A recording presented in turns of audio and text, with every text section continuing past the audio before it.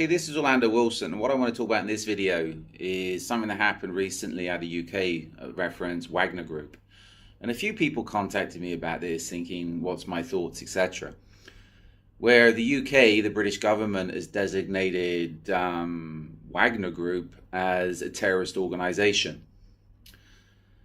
My thoughts, I think they're going down a very slippery slope. Why? Wagner Group is really an offshoot of, it's a defense contractor. It's a PMC, but it's an offshoot of the Russian military. We know that. I'm not sure, I'm not up to speed on this, but I think the Quds Force of the Iranian Revolutionary Guard is also designated as a terrorist organization. The thing is, Iran doesn't have as much influence as Russia at the moment. Now, Wagner is a PMC being designated as a terrorist organization, but they're an offshoot of the Russian military. They get all their equipment from the Russian military. They're guided by the Russian military, and they're not really going to do anything without permission of the Russian military. So if Wagner Group can be designated a terrorist organization, that means a lot of the Western PMCs, defense contractors, etc., can be designated as terrorist organizations. I'm sure some of you are saying, well, this wouldn't happen. Well, how the terrorist designation works is it works out country by country. Some countries recognize certain terrorist groups. Some countries support groups that are recognized as terrorists by other countries. So this is where it's very, very gray. Just because one country calls a certain group a terrorist organization doesn't mean everybody's going to support them. Now, it would be quite easy for Russia in return to start designating defense contractors out of the West as being terrorist organizations. If you remember, it has been proven, and this is just one example, that the first Iraq war was based on lies. There was no weapons of mass destruction. Everybody knew this. Tony Blair lied to the British people. He lied to everybody, right? And the same out of the US, etc. I'm not going to get into the politics. Okay, that war was based on lies.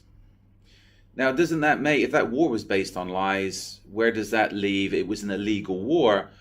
Where does that leave the security contractors, etc., that was working in Iraq? Were they there illegally? Well, if the war was illegal under international law, if the war was illegal, the invasion was illegal, then wouldn't they be working there illegally? I'm throwing this out there as a what if, because this hopefully puts this into context.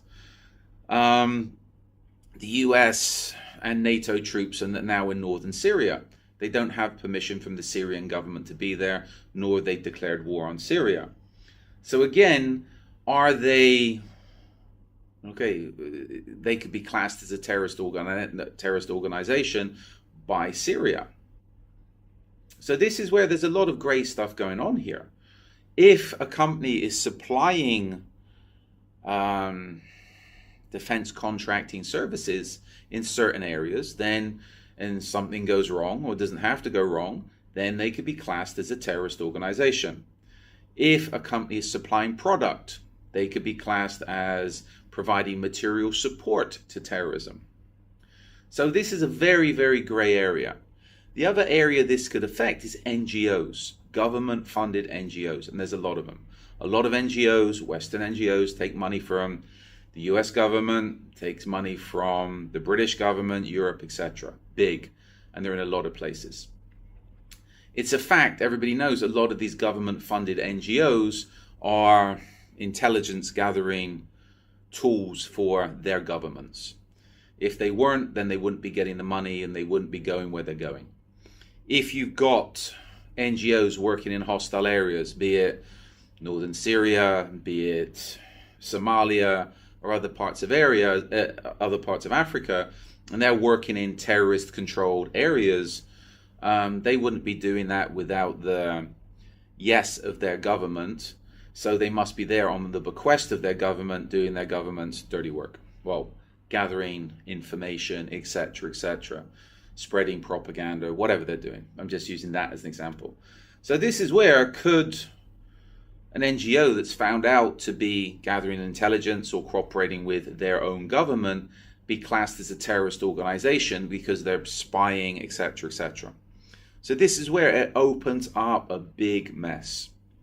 Big mess. I think the US done the right thing because they classed Wagner as a criminal organization. And I can see that. I can see how that can stick because a lot of their deals with governments in Africa or wherever, I take it they're all cash in hand deals, etc., etc., etc. And again, there's a lot of things going on there, even as far as we could throw it in there in CAR, Central African Republic. There's lots of stories going on about how they're dealing with the mines, etc. So that could be classed as organized crime. Money laundering, money trafficking, racketeering, etc. So I think from a legal basis, an international legal basis, it'd be far better to class Wagner as a criminal organization rather than a terrorist organization. Because a terrorist organization that can open up, it's too broad of a definition. And again, this is where I was saying to a few people recently, okay, Wagner could be classed as a terrorist organization by the West, and their people cannot go into the West. Or the way things are going, non-BRICS countries.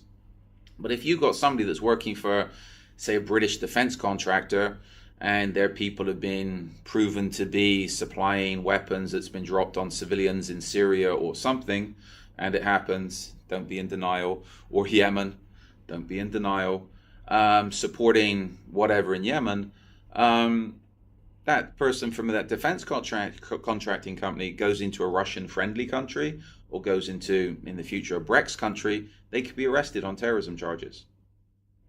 Because those countries they recognize their own terrorist organizations.